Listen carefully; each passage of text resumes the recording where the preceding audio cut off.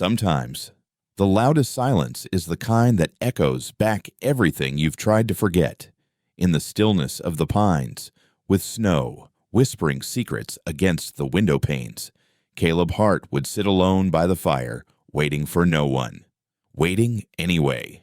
He didn't need company to know he was lonely. Even the trees knew his name. Caleb had never been a man of many words. His world was made of wood and wind-solid things that didn't lie. Things that bent when they broke and sang when they fell. His cabin stood at the edge of a clearing deep in the Colorado wilderness, 5 miles from the nearest neighbor and a full day's ride from anything resembling a town. It was the kind of place you went to disappear or to heal. Caleb wasn't sure which he'd come for anymore. At 35, his hands were strong, calloused, and quiet. They told the story of a man who worked hard and asked for little. He'd been a logger most of his life, first in the Carolinas, then westward as the land opened up and his need to escape grew larger than the mountains. He built the cabin with his own hands. He chopped the wood, laid the stones, carved the bedposts, and hung the cross above the hearth with iron nails he forged himself. No one helped him. No one asked to. Each day began with the swing of an axe and the sharp cry of pine surrendering to blade. Caleb moved through the forest with a rhythm all his own. Trees fell neatly, precisely, as if they trusted him to catch them. He wasn't the fastest worker in the camp, but he was the most reliable. The other men, most of them younger, louder, respected him, even if they didn't really know him. He was the kind of man who didn't drink, didn't gamble, and didn't laugh much. But when he did just once, maybe during a shared joke around the cook fire, it made the men pause, smile, and wonder what storm he'd survived to make that sound feel like sunshine through clouds. Caleb's laughter was rare because life hadn't given him many reasons for it. Years ago, back in South Carolina, there had been a girl with blue eyes and a summer smile. Her name had faded now, but the ache remained. She'd chosen someone else. Someone with softer hands and shinier shoes. Someone who hadn't reeked of sawdust and stubborn silence. That was the first time Caleb had learned love doesn't always reward the honest. So he gave up trying. Gave up dancing at barn socials. Gave up writing letters. Gave up church pews that made him feel like a misplaced tool in God's shed. Instead, he prayed alone, quiet. Wordless prayers that drifted up through the pine canopy like smoke, asking, not for miracles, just someone who wouldn't mind the silence, someone who might find peace in the rhythm of firewood crackling, bread baking, and birdsong at dawn. The forest became his companion. It was constant, rooted, honest, and yet even here, surrounded by the steadiness of nature, Caleb felt the weight of an emptiness he could not name. Some nights, when the wind howled just right, he'd whisper to the flames, "Is there someone out there for me, Lord? Or is this all I was meant for?" The fire never answered, but it always listened. On Sundays, the men at camp gathered to share food, pass tobacco, and talk about wives and babies. Caleb would smile politely, nod at the stories, and retreat to his tool shed before they could ask why he never stayed. He didn't mind being alone, but he hated feeling like he didn't belong. That morning, the sky was the color of wet wool and the air smelled like snow. Caleb tightened the buckles on his coat, packed a list of supplies in his saddlebag, and prepared for the monthly trip into town. He needed flour, coffee, a new pair of gloves. He didn't know he'd come home with a wife. And he had no idea, none at all, that she would be carrying the answer to every prayer he'd ever mumbled into the trees. The town of Dry Creek wasn't much just a scatter of wooden storefronts crouched beside a muddy road, as if the buildings were bracing against the wind together. Caleb didn't visit often, once a month, maybe, just enough to get what he needed and get out before the noise of people chipped away at the quiet he'd built inside himself. That morning, the market was especially loud. Winter was pressing in, and folks were stocking up. Horses whinnied, wagons clattered over frozen ruts, and voices tangled into a kind of chaos that prickled Caleb's skin. He adjusted his hat, kept his head low, and made for the general store. He was halfway there when he heard a voice that didn't belong in the bustle of bargaining and banter. It wasn't the sound that stopped him. It was the way it sliced through the noise like a blade. 17 years old, strong as any boy, can sew, cook, clean, and keep her mouth shut. Caleb turned, frowning, and saw a cluster of people near the old feed store. In the middle of them stood a man with wild gray hair and a mouth that moved too fast. His coat hung like a scarecrow's, threadbare and loose.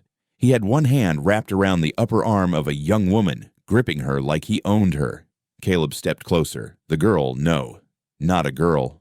A woman, barely stood still as stone. Her dress, once blue, now hung in faded patches. Her braid was too tight, like someone had pulled it in anger. She didn't look around. She didn't flinch. But her eyes, they were green, wide, and full of something Caleb recognized too well, exhaustion laced with quiet defiance. The man's voice rose again. Name's Evelyn. Ain't no burden. Just needs a man to take her in. Make her a wife. $40 to start. Caleb's stomach turned. Was this real? Was this man selling her? Some in the crowd laughed nervously. Others muttered and turned away. A few men stayed, eyes sharp and full of ugly interest. One of them, a ranch hand named Boyd, spit into the dirt and called out, 45! But only if she don't talk too much. Evelyn's lips pressed together. Caleb saw the flicker in her eyes. Not fear, not anymore. Just resignation, like someone who had been burned so many times. The flame no longer scared her. Then the man, Silas Dobbins. Caleb recognized him, now tightened his grip on her arm. 50, he barked. She's worth every penny. Ain't damaged, just got into trouble. Man who marries her gets a worker and a bed warmer in one. The words slammed into Caleb like a hammer. Something inside him cracked. And then Evelyn looked up. Their eyes met across the marketplace. For the briefest second, the world narrowed. It wasn't magic. It wasn't fate. It was need. A wordless, soul-deep ache that mirrored his own. Without thinking, Caleb stepped forward. 60, he said, his voice low but clear. The murmurs stopped. Heads turned. Dobbins blinked, unsure if he'd heard right. 60, he repeated, licking his cracked lips. But not for purchase. Caleb added, for marriage, if the lady agrees. A hush fell over the market. Even the wind paused to listen. Evelyn looked at him, truly looked, and for the first time, Caleb saw the tremble beneath her stillness, a flicker of disbelief. Then, Hope Dobbins let out a dry laugh. You serious, Hart, you don't even know her. I know enough, Caleb said. I know no woman should be sold like a horse. And I know I've got a cabin with room for two. He stepped closer, speaking now only to Evelyn. I'm Caleb. I live in the foothills, up near Twin Pines. It's quiet, real quiet, but it's safe. You wouldn't owe me anything. I won't ever touch you without permission. All I ask is a chance. Evelyn's lips parted. She blinked. Once. Twice. The marketplace disappeared. Yes, she said, just that. A single word, dropped like a stone into the center of both their lives. People gasped. Dobbins muttered something bitter under his breath, but Caleb didn't hear it. He took off his hat, offered his hand to Evelyn, and she placed hers in it small, cold, but steady. They walked away together, past the wagons, past the whispers, past the glares. He didn't ask why she'd said yes, and she didn't ask what he expected in return. Neither of them knew it yet, but this wasn't just the beginning of a new life. It was the end of the lives they'd been forced to live. The ride home was quiet. Not the kind of quiet that soothed Caleb, but a taut, brittle silence that sat between them like an unwelcome passenger. Evelyn didn't cry. She didn't speak. She simply stared ahead, her arms folded tight across her middle, as the horse carried them farther and farther from Dry Creek. Caleb stole glances at her from time to time, unsure what to say or whether to say anything at all. Her posture was rigid, her jaw clenched, but her eyes moved constantly, watching the trees, the shadows, the sky, as if waiting for something to jump out and pull her back to the place they'd just escaped. By the time they reached the cabin, the sun was lowering like a heavy lid behind the ridge. Caleb dismounted first, then offered her a hand. She took it after a moment's hesitation, her fingers trembling faintly against his calloused palm. The door creaked open to the scent of wood smoke and pine. Inside, everything was neat, modest, yes, but warm in its own way. A fire crackled in the stone hearth. A loaf of bread, baked that morning, waited on the table. The bed in the corner, freshly made, was wide enough for two, though only one side had ever been slept in. Evelyn looked around as if memorizing every corner. Then, quietly, she said, "This is yours." He nodded. "Built it myself. Took me 3 winters." She ran a hand along the windowsill, traced her fingers across the back of a wooden chair. "It's clean." Caleb didn't know how to respond, so he busied himself unpacking the saddlebag. "I'll sleep near the fire," he said, gesturing toward the floor. "You can have the bed." She looked at him, startled. "You don't have to. I want to." He interrupted, gently. "You've had enough taken from you. Here, you make the rules." That night, he lay on a blanket by the hearth, listening to the quiet crackle of the fire. Evelyn had taken the bed, but didn't move under the covers for a long time. Her breathing was shallow, awake, alert, like a deer bedding down in unfamiliar snow. And then, in the middle of the night, she spoke. "I need to tell you something." Caleb sat up slowly. The fire had died to embers, painting the room in shades of rust and shadow. "I'm listening." There was a long pause. Then, from the bed, her voice barely above a whisper, "I'm pregnant." The words fell like logs onto the coals, sudden, smothering, final. Caleb didn't move. He didn't speak. Evelyn kept going. "That's why he wanted to get rid of me. My father said no man would want someone already carrying. Said I was a burden, damaged goods." She turned her face to the wall. "I didn't choose it. Her voice broke. He blamed me anyway." Caleb stood and crossed the room, not touching her, just sitting in the chair beside the bed. The silence stretched, but this one wasn't brittle. It was waiting, listening. "You thought I'd throw you out," he said at last. Evelyn nodded once. Caleb looked into the fire. "I've spent 15 years asking God for a family." He murmured, "Never thought this is how it had come, but maybe I should stop expecting God to follow blueprints." He turned toward her, his eyes steady. "Do you want the baby?" She hesitated. "I didn't. At first. But now, I think I do." "It's not the baby's fault." Caleb nodded slowly. "Then we'll figure it out. Together." Evelyn blinked at him in the dim firelight. "You'd still want me after knowing I didn't take you in to erase your past," he said. "I brought you here because when I saw you in that crowd, I saw someone who hadn't given up, someone who still had fight left in her. And if you'll have me, I'd like to fight beside you." For the first time since they met, Evelyn let out a sound that wasn't clipped or cautious. It wasn't quite a sob, more like a release, a breath she hadn't known she was holding. Caleb stood and moved to fetch another blanket, draping it over her gently before returning to his place by the fire. He lay there, eyes open to the timbered ceiling, heart pounding not from fear, but from something else. Hope. Outside, snow began to fall in soft, whispering spirals, coating the world in white. Inside, beneath a blanket of silence and second chances, a miracle waited to be born. The next morning, the light came slow, like even the sun wasn't sure it should rise after a night that changed so much. Evelyn was already up when Caleb stirred. She stood near the table, sleeves rolled, kneading dough in a rhythm that looked far too practiced for someone who had supposedly been useless. As her father had claimed, her braid was loose today, strands of auburn hair catching the firelight in soft, hesitant waves. She didn't speak at first, neither did he.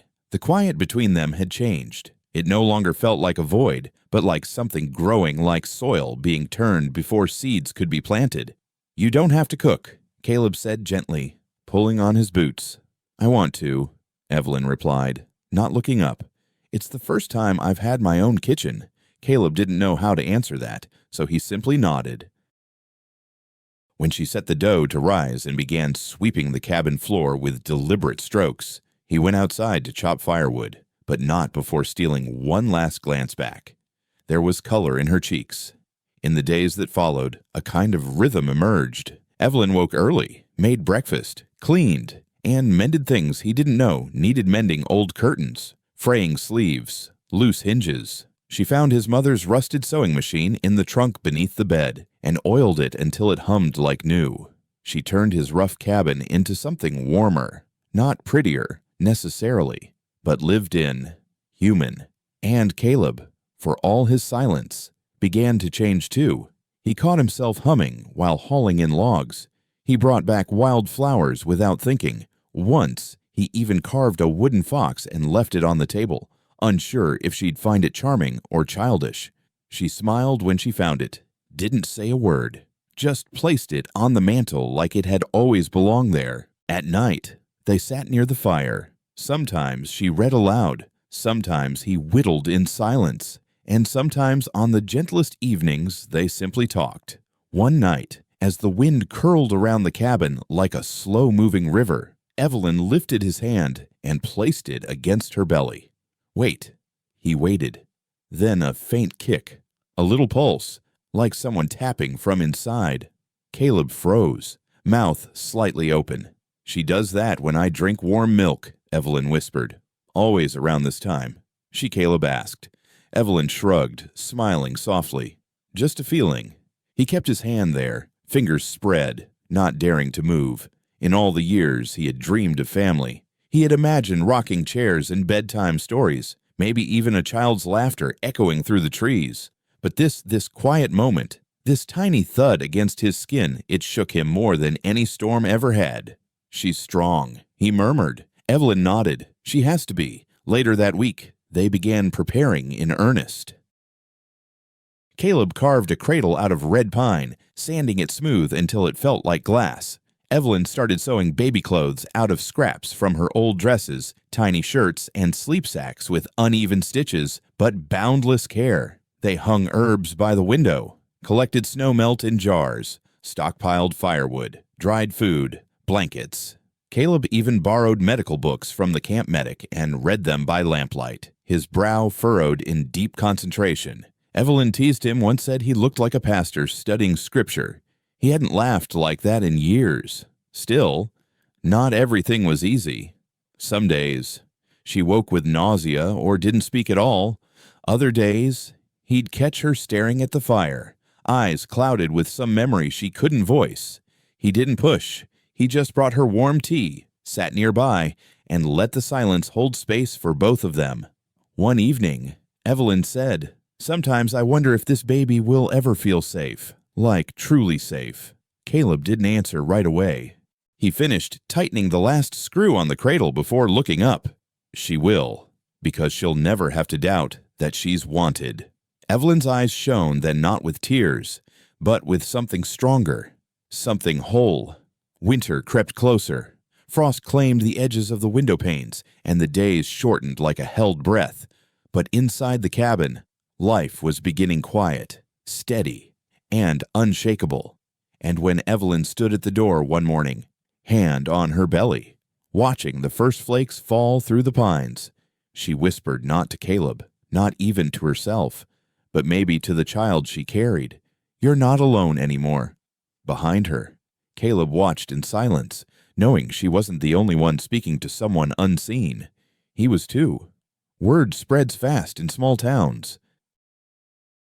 By the time the first real snow had covered Dry Creek's rooftops in a layer of silence, people had already begun whispering about Caleb Hart, the hermit woodsman who brought home a girl with a rounded belly and a ring that no one had seen placed on her finger. At first, it was just murmurs. Suspicion muttered between fabric bolts at the general store or over hot cider at the church socials. Mrs. Langford said she looked too young. Mr. Halvers claimed she didn't smile enough. Reverend Bowman, bless him, just offered a vague prayer and moved on. But gossip is never content to stay small. It grows teeth. One Sunday afternoon, as Caleb was loading supplies onto his wagon behind the general store, he noticed a group of women pause mid-conversation when he walked by. They didn't speak. They didn't need to. Their eyes did all the talking. That night, back at the cabin, he didn't mention it to Evelyn. She had just started smiling again, truly smiling, and he didn't want to weigh her down. But she knew. Of course she knew. One morning, while folding tiny blankets by the hearth, she asked, "Do they hate me?" Caleb looked up from his workbench, jaw tight. "They don't know you. They think I'm some poor girl you rescued or bought." Her voice didn't shake, but her hands stilled. "They think I'm here because I had no other choice. You're here because you said yes," Caleb replied, crossing the room. "Because I asked, and you chose this. Chose me." Evelyn nodded but didn't look at him. "I'm just afraid. What if that's not enough for them? It's enough for me." She met his eyes then, and, for a while, that was enough. Until it wasn't. It began with 3 men on horseback, appearing one frost-bitten afternoon. Caleb spotted them from the window: Tom Rourke, Eli Dawson, and Pete Morrison. All 3 worked the logging camps, men he'd eaten beside, sweated beside, laughed with once or twice. He stepped out onto the porch before they could knock. "Afternoon," Caleb said, his voice steady. Tom nodded. "Mind if we talk?" Caleb folded his arms. "You're already here." Eli cleared his throat. "It's about your situation." Caleb said nothing. Pete, the youngest of the 3, shifted uncomfortably. "There's been talk. Folks in town are saying it don't look right. You bringing home a girl already in trouble. Some say she's not really your wife. Some say the baby." "That's enough," Caleb snapped. Tom held up a hand. "Look, we're not here to cause trouble. Just, maybe it'd be better if you kept a low profile, stayed out of town for a while, and if I don't," Pete looked at the snow-covered ground, "then maybe the camp stops giving you work." The words hit harder than a fist. Caleb felt something rise in his chest. Not anger. Not yet. Something colder. Something rooted. "I've worked with you men for years," he said. "I've risked my neck alongside you. Pulled Morrison out when that pine nearly crushed him." Pete flinched. "And now you're standing on my land, telling me my family don't belong." Tom sighed. "You're a good man, Caleb. But good men can still cause problems if they don't think ahead." Caleb's voice dropped to a whisper. "My wife is in that cabin right now, sewing clothes for a child who didn't ask to be born into judgment. If you think I'll walk away from that because of gossip, you never knew me at all." No one spoke. Then Caleb stepped forward. "Now ride." They did. That night, Evelyn knew something was wrong before he spoke. She touched his arm gently as he stared into the fire, jaw locked like a door bolted from the inside. "They want me gone," he finally said. "Think I'm bad for their reputation. That you are." Evelyn didn't cry. Instead, she folded the last of the baby shirts and placed it neatly on the pile. "I can leave if it'll keep you safe." Caleb turned to her so fast she flinched. "No," he said, voice thick. "You don't run from shadows. You light the damn lantern and face them." Evelyn stepped closer. "Even if they come back, then they'll find me waiting." And wait. They did. But it wasn't the loggers who returned first. It was Silas Dobbins. He arrived at dawn, stinking of whiskey and failure, coat flapping open like wings on a broken bird. Evelyn saw him first, peering through the window as the sky blushed gray. She didn't scream. She just stood, frozen, hand on her belly, breath caught like a fish in netting. Caleb stepped onto the porch before Silas could call out. "What do you want?" Silas dismounted with a grunt. "You got a good deal. Hart. Took her off my hands when I was in a bad spot. But I'm in a worse one now." Caleb didn't move. $50 more, Silas said. "Or I go into town and start talking." Caleb felt the shift in the air the moment winter stopped being something outside the cabin and became something inside his chest. "You sold your daughter once," he said. "You don't get to do it again." Silas grinned, yellow teeth flashing. "You think they'll believe you over me? They already think you're a fool." Caleb stepped off the porch. Slowly. "I'd rather be a fool than a man who sells his blood to pay his debts." Silas's hand twitched toward his belt, but Caleb was faster. Years of gripping axes had made him iron quick. He grabbed Silas by the wrist, tight enough to leave bruises, and leaned close. "If you ever come near her again," he whispered, "I won't call it protection. I'll call it justice. Then he let go. Silas stumbled back, breath shallow, eyes wide. For a moment, Caleb saw not a villain, but a man hollowed out by his own shame. He rode away without another word. Caleb stood in the snow long after he was gone, breath steaming, hands shaking. Inside the cabin, Evelyn wept, not from fear, but from the terrible, aching relief of finally being protected. The snow hadn't stopped since Silas left. By the third day, the world outside the cabin had turned into a hushed cathedral of white. Pines stood like mourners wrapped in mourning veils, and the wind sang through the eaves with a voice that sounded too much like warning. Inside, Evelyn moved slower. Her belly had dropped lower, signaling the baby's arrival was near. Her steps were careful, hands often braced against the table or walls. But her spirit strong for so long had begun to dim, like a lantern running low on oil. Caleb noticed. He noticed the way she flinched when snow thudded from the roof, the way she folded baby clothes but never smiled anymore, the way she avoided his gaze when they passed each other in the narrow cabin. And he noticed something else too, something he hated himself for. He'd begun to wonder, not aloud, never aloud, but in the quiet hours of the night, when Evelyn lay beside him curled in sleep and the fire crackled in the hearth. Caleb found himself staring at the ceiling and asking questions he never wanted answers to. What if Silas had been telling the truth? What if the child wasn't just another man's, but his? What if this baby was a living reminder of something that Evelyn would never speak of, and Caleb could never forget? He loathed himself for even thinking it. But the seed had been planted, and seeds, as Caleb well knew, didn't care whether you wanted them to grow. That Friday, they were visited again. 3 more riders, boots crunching through the deepening snow. Caleb recognized them all loggers from camp, familiar faces now twisted with discomfort. He didn't wait for them to knock. He opened the door and stepped out, coat pulled tight against the wind. "We told you this might happen," said Eli Dawson, rubbing his gloved hands together. "Now folks are saying you threatened Silas, that maybe you're not stable." Caleb's jaw tightened. "He came to extort me." Tom Rourke sighed. "Doesn't matter. People don't want facts. They want simple stories. Right now, you're the villain who took a girl in trouble and locked her in the woods." Caleb laughed short, bitter. "She's safer here than she's ever been." "Maybe," Pete said quietly. "But winter's coming hard.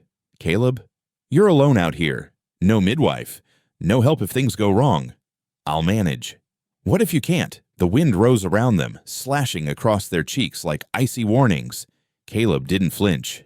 "You've known me for years," he said. "You've seen the work I've done, the risks I've taken. I've never turned my back on anyone. We're not turning ours either," Tom said, but his eyes flickered. "We're offering you a chance. Come back closer to town.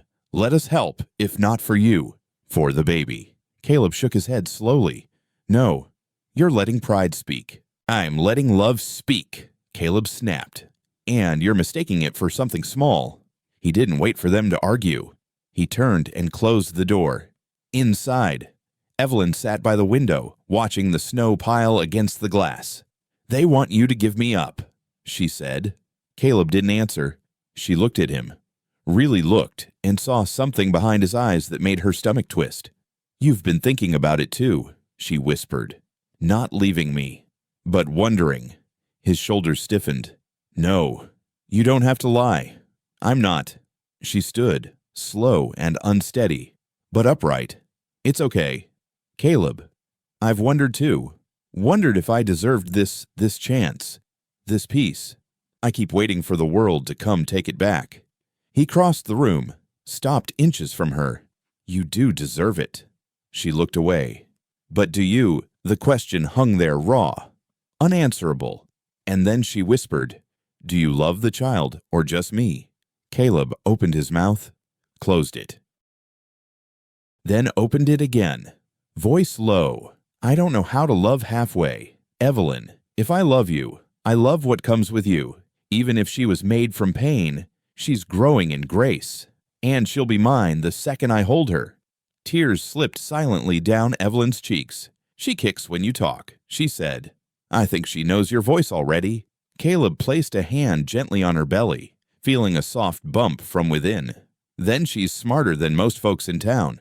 They both laughed quietly, tenderly, as if laughter were a fragile bridge they weren't sure would hold their weight. Outside, the wind howled louder, but inside, something shifted. It wasn't the fire, or the warmth, or even the love that was taking root between them. It was forgiveness. Forgiveness for the things they couldn't change, forgiveness for the doubts they couldn't avoid, and forgiveness for the roads that had led them, battered and broken, into each other's arms. They didn't speak for the rest of the night, but when they lay down in bed, Evelyn pressed her back against Caleb's chest, and his arm wrapped protectively over both her and the life between them. And neither of them dreamed of the past, only of tomorrow. The storm arrived without warning. One moment, the sky was simply gray. The next, it split open like a wound, and snow fell in thick, fevered sheets. The wind screamed through the trees, hurling itself against the cabin walls as if trying to claw its way inside. Caleb had just returned from the woodshed, arms full of firewood, when he saw Evelyn doubled over by the stove, one hand braced against the counter, the other wrapped protectively around her belly. "It's time," she said, teeth clenched. Caleb dropped the wood with a thud that sent splinters scattering. Now she looked up at him, sweat already beading along her forehead. Yes, and no one's coming to help. The world inside the cabin changed instantly. The corners sharpened. The warmth seemed thinner. The familiar became foreign, and time so slow in winter suddenly felt like it was racing them both. He helped her to the bed they'd prepared just days before, layering fresh sheets, boiled towels, and the blanket her mother had once sewn from leftover fabric. Caleb had read every book he could get his hands on. He'd asked questions, memorized charts, but none of it felt real now. Evelyn's breathing was already ragged, her back arched with every contraction. Her fingers clutched the edge of the mattress so tightly, her knuckles went white. Caleb knelt beside her. "I'm right here. You're not alone." "I know," she gasped, "but I'm still afraid." "So am I." He brushed the hair from her forehead, damp with sweat. Outside, the wind howled, rattling the windows like a desperate animal. Inside, there was only the sound of her pain and his helplessness. "I can't do it," Evelyn whispered after the next wave. "Something's wrong. It feels wrong." Caleb's chest tightened. "Tell me what to do. Please, help me sit up." He supported her carefully, shifting her weight so her back was braced against his chest. Her body trembled with exhaustion. "I need you to push when I say," he said, barely recognizing his own voice. It was firm, steady, not the voice of a woodsman, not even a husband, the voice of a father. Another contraction hit. She cried out a sound so raw and full of life, it nearly shattered him. Caleb held her as she pushed, his arms wrapped around her like armor. Then came silence. Terrible, deep silence. "Caleb," Evelyn said weakly, "say something. I see her." He breathed. "I see her head." Tears burned his eyes. "You're almost there. Just one more." She screamed, not in pain this time, but in fury, in power, in finality. And then the room was filled with a new sound, the shrill, beautiful wail of life. Caleb caught the baby in his trembling hands, eyes wide as he stared at the tiny, wriggling body slick with warmth and blood. She was perfect, utterly perfect. Her fists waved, her mouth opened and closed like she was already trying to speak. "It's a girl," he whispered, voice cracking. Evelyn sagged backward with a sob of relief. "Is she? She's here. She's strong. She's ours." He wrapped the baby in the soft cotton cloth Evelyn had stitched with uneven but loving hands and placed her gently into her mother's arms. Evelyn stared at the tiny face, pink, wrinkled, impossibly small, and laughed through her tears. "She's so loud. She takes after you." Caleb knelt beside the bed, one hand resting over both of theirs. She looked at him. "What should we name her?" He glanced toward the cradle in the corner, the one he'd carved from red pine, every flower and curve telling the story of hope. Then he looked at Evelyn, pale and glowing and fierce and broken and whole all at once. "Grace," he said. "Her name is Grace." Evelyn smiled, the first full smile he'd seen since that day in the market. "Grace Hart?" "No," Caleb said softly, touching the baby's cheek. "Grace Evelyn Hart." The baby stirred as if she recognized the sound, then settled against her mother's chest. Outside, the storm still raged, but it no longer frightened them, because inside that tiny cabin in the woods, something stronger than weather had taken root. Not just survival, not just family, a covenant, a declaration that love wasn't made of ease or certainty. It was made in fire, forged through pain, and born sometimes literally when everything else said it couldn't be. As Evelyn drifted into sleep, Caleb sat beside her, holding the baby in his arms.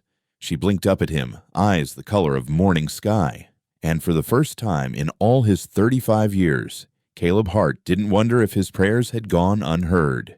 He was holding the answer. The first morning light filtered through the frosted windows, casting a golden hue across the cabin floor. Everything looked different now, not because the storm had passed, but because they had. Caleb sat in the rocking chair he had built months ago, cradling Grace against his chest. She was wrapped in a soft blanket, her tiny breath warm against his skin. Beside them, Evelyn stirred in the bed, her body still fragile, but her face serene in sleep. The world outside remained quiet and white, trees bowed beneath the weight of winter. But inside, there was warmth, not just from the fire, but from the living presence of hope, finally made flesh. Caleb couldn't stop staring at his daughter. Her features were still forming, shifting, but already he could see Evelyn's strength in her brow, her gentleness in the curve of her mouth, and something else too, something from him, a steadiness, a quiet. He whispered her name aloud, not to wake her, but to make it real. Grace. The name echoed gently in the wooden walls, like a prayer fulfilled. Evelyn opened her eyes and smiled faintly. "You're up early." Caleb nodded. Couldn't sleep. Didn't want to miss a single breath. She looked at him for a long moment, and in that silence, no apology or explanation was needed. They had been through fire and frost, and somehow they had built a family out of the ashes. "I never thought I'd get this," she said softly.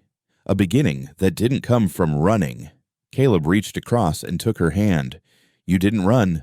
You survived. And now, you're building." She squeezed his fingers, her eyes damp. "With you." He looked down at the baby, whose hand had wrapped instinctively around his thumb. "With all of us." Outside, the snow began to fall again, but this time it was soft, quiet, almost ceremonial. A new beginning, falling flake by flake, as the world welcomed one more soul into its arms.